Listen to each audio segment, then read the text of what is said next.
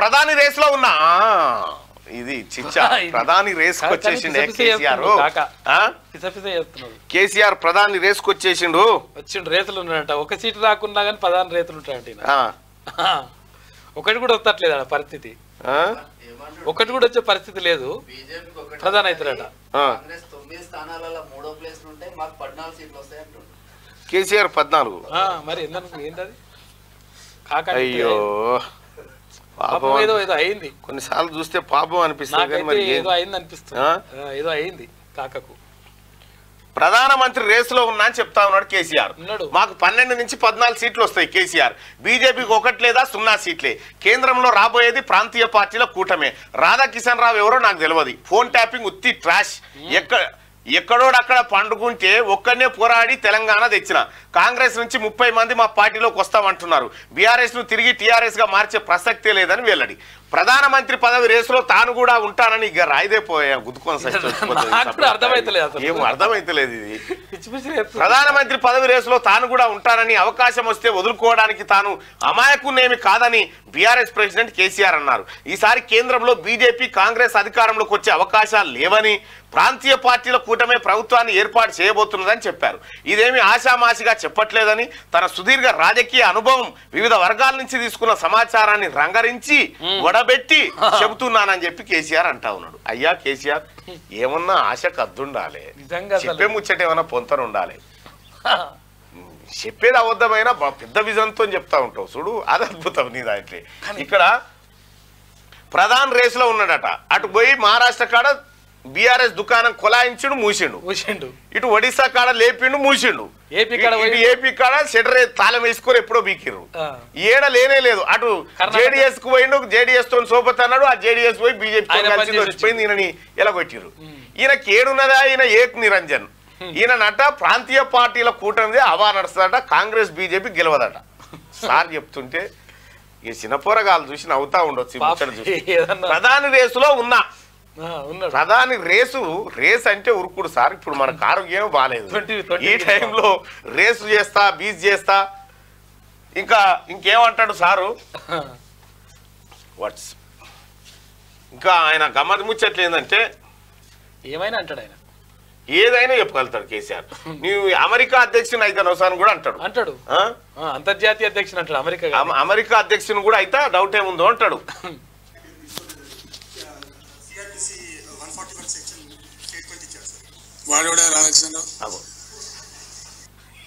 అయిపోయానా phone tapping సంగతి ఏమైంది sir supreme అని నీ పేరు చెప్పిండల్లా మా బీఆర్ఎస్ అధినేత కేసీఆర్ చేయమంటేనే ట్యాపింగ్ చేసినామని చెప్తే వాడెవడా రాధాకిషన్ రావు అంటున్నాడు వాడెవడో తెలివందే వాడు రిటైర్ అయ్యి ఇంట్లో అంటే వాడిని తీసుకొచ్చి మళ్ళా ఆఫీసర్ అని స్పెషల్ డ్యూటీ అని ఓఎస్డీని చేసి టాస్క్ ఫోర్స్ కు డీసీపీని చేసి ఏం తమాషా కేసి వాడేవాడా రాధాకిషన్ రావు అంటా ఉన్నాడు రాధాకిషన్ రావు చూడు ఒకసారి మరి ఏమంటుండో రాధాకిషన్ రావు నేను చెప్తలేనా ఈ నమ్మకుర్రా నాయన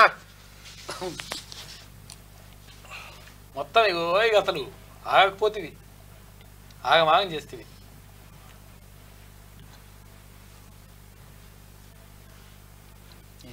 ఇగో ఈడే అదే మీ వాడే వాడేవాడే అంటే వాడేవాడే అంచివి మీద ఉన్నాడు చూడు మీకు ఈయననే ఈ చిచ్చనే ఈయననే రాధాకిషన్ రావు ఎవడంటే ఇగో ఈయన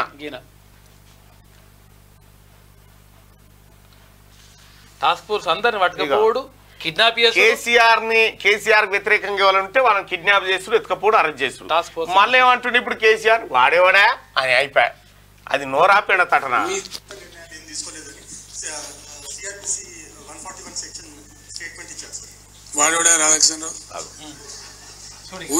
రేపు పొద్దుగా ఎవరా ఈ తెలంగాణ ప్రజలు ఎవడా నాకేమెరకనా అంటాడు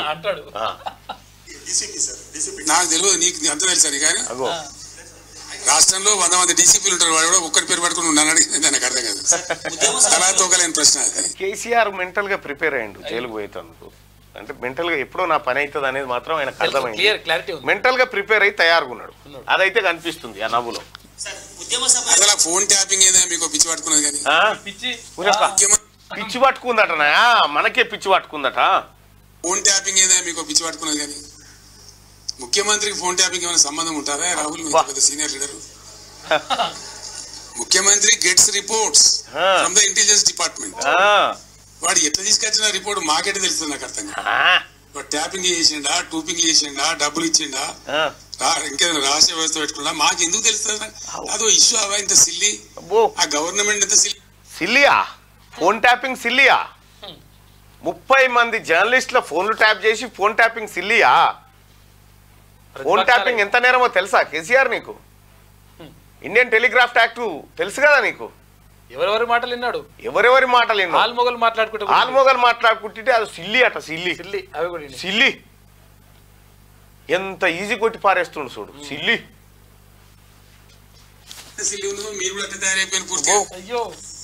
what is that non sense? నాకు అర్థం కదా. ఫోన్ ట్యాపింగ్ పెద్ద తినాలి పెట్టి నోరు కడుపున పరిస్థితి తెస్తా ఉన్నారు.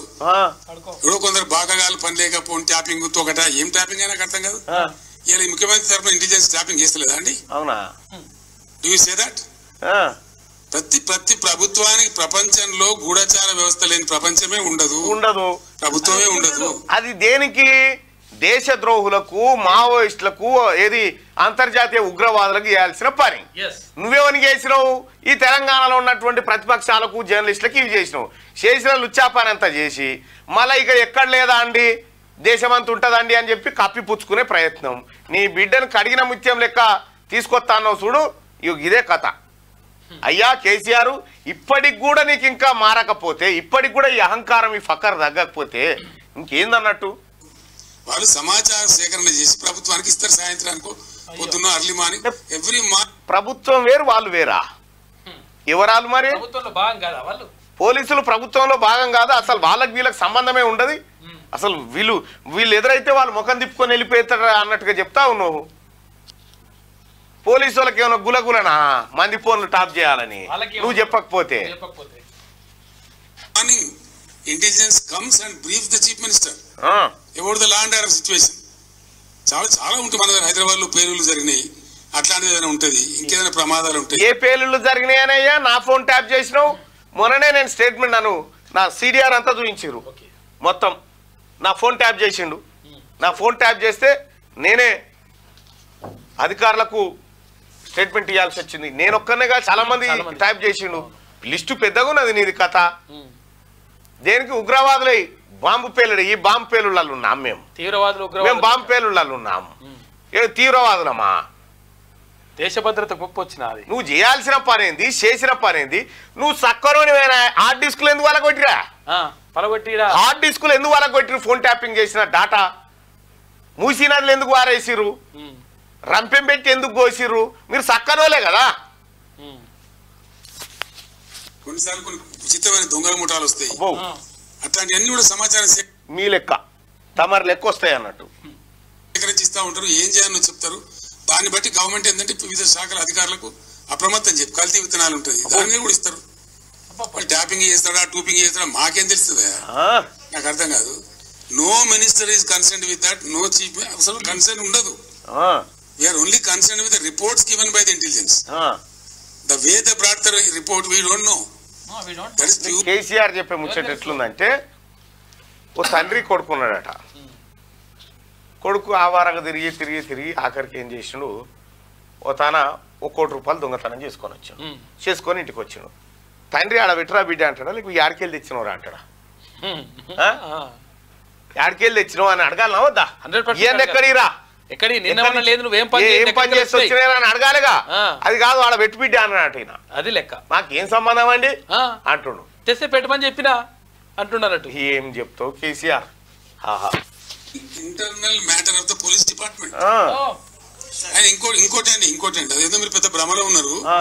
పోలీసులు ఎప్పుడు ఫోన్ ట్యాపింగ్ చేసినా బాజాప్తాగా టెలిగ్రాఫ్ యాక్ట్ ప్రకారం 1869 టెలిగ్రాఫ్ యాక్ట్ ప్రకారం బాజాప్తా రాష్ట్ర హోమ్ సెక్రటరీ పర్మిషన్ తీసుకొని చేస్తారు. పర్మిషన్ లేకుండా చెయ్యరు.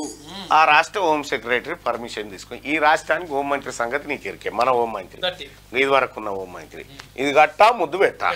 పాపం ఆయనకు హోంగార్డులు ఎంతమంది ఉంది తెలియదు, పోలీసు వాళ్ళు ఎంతమంది ఉంది తెలియదు.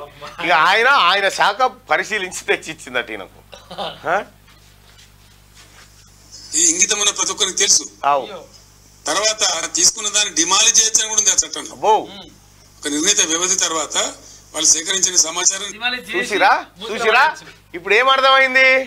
మేము డిమాలిజ్ చేసింది కరెక్టే అని ఒప్పుకుంటుండు, దాన్ని సమర్థించుకుంటుండు, ఫోన్ ట్యాపింగ్ కరెక్టే అని చెప్తా ఉన్నాడు, అది చేసి ఉండొచ్చు అని చెప్తా ఉన్నాడు. కాకపోతే నాకు సంబంధం లేదంటూ. కానీ మరి వాళ్ళని అరెస్ట్ చేసిరు, వాళ్ళని డిమాలిజ్ చేసి హక్కు వాళ్ళకు ఉందని చెప్పి మళ్ళీ కాపాడుతున్నాడు అన్నట్టు సార్. ఈ లలిత కళలన్నీ ఇవే. కేసీఆర్ ఇక నిన్న పోయి ఎన్నో పెట్టిండు దుకాణం, సెల్ఫీలు. ఈ పని ముందుగానే చేసి నుంచే, ఓడిపోక ముందుకు చేసి నుంచే ఒక్కనన్నా దేకినావు, ఏం పని పట్టించుకోలే. ఇక చూడు అన్న కూర్చొని అగో ఇంకొకటి తీసుకో ఇప్పుడు చెప్పి ఇవి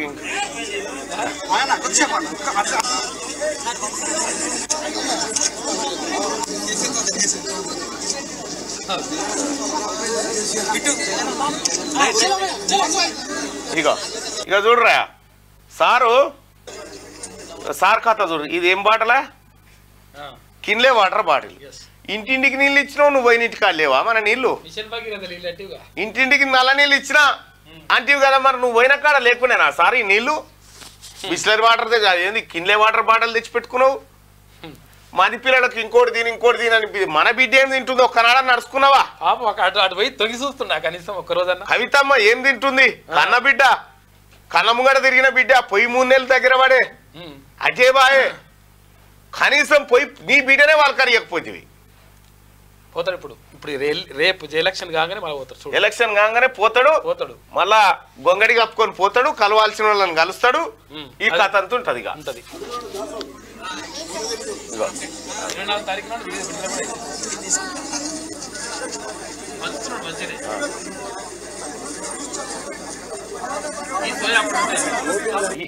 అప్పుడేమో ఉన్నకాడికి పైసలు కొడుకు తినబెడితివి, బిడ్డకు తినబెడితివి, సడకుని కొడుకు తినబెడితివి, అల్లునికి తినబెడితివి. అవేమో అల్లుని తినబెట్టి వచ్చి మిర్చి బజ్జి ఏమో మా పొరగాలకి ఇవ్వబడి, అసలు నువ్వెత్తుకపోయి మిర్చి బజ్జి మా పొరగాలకి ఇవ్వబడితే. ఇక ఇప్పుడు మళ్ళీ సానుభూతి కార్యక్రమాలు, సానుభూతి డ్రామాలు. ఒక్కరినే కొట్లాడి తెచ్చినట్టు తెలంగాణ రాష్ట్రం చిచ్చా. ఈ ప్రధానమంత్రి అయితే అంటాడే, ఈ ఎక్కడి పంచాయతీ ఇది? ప్రధానమంత్రి ఉంటదా దేశం? రేసులో ఉన్నాడట. ప్రధాని రేసులో ఉన్నా అంటుడు.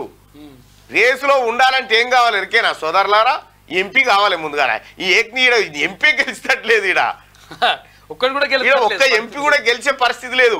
ఆడ అమిత్ షా ఏమో 10 మార్క్ పక్క అంటుండు, ఇటు కాంగ్రెస్ వాళ్ళు 14 వచ్చే మార్క్ అంటున్నారు. ఇక మిగిలింది ఎంఐఎం ఒకటే.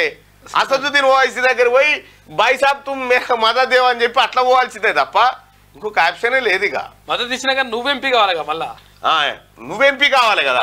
ప్రధానమంత్రి పదవి రేసులో తాను కూడా ఉంటానని, అవకాశం వస్తే వదులుకోవడానికి తాను అమాయకున్నేమి కాదని బీఆర్ఎస్ ప్రెసిడెంట్ కేసీఆర్ అన్నారు. ఈసారి కేంద్రంలో బీజేపీ కాంగ్రెస్ అధికారంలోకి వచ్చే అవకాశాలు లేవని, ప్రాంతీయ పార్టీల కూటమే ప్రభుత్వాన్ని ఏర్పాటు చేయబోతున్నదని చెప్పారు. ఇదేమి ఆశామాసిగా చెప్పట్లేదు, తమాషాగా చెప్తున్నా. కేసీఆర్ ఎట్లుంటదంటే ప్రతిరోజు నేను మూల మంత్రాలు చదువుతా అంటాడు అని చెప్తాడు అన్నట్టు. అది యాక్చువల్గా మలమూత్రాల వ్యవహారం. అది ఆయన చెప్పే కథ అట్లుంటది అన్నట్టు. వివిధ వర్గాల నుంచి తీసుకున్న సమాచారాన్ని బట్టి చెప్తాను. ఏ వర్గం అయ్యా నీకు ఇచ్చింది? తన సుదీర్ఘ రాజకీయ అనుభవం. నీ సుదీర్ఘ రాజకీయ అనుభవంలో మోసం, కుట్ర, నయవంచన తప్పేమన్నా ఉందా?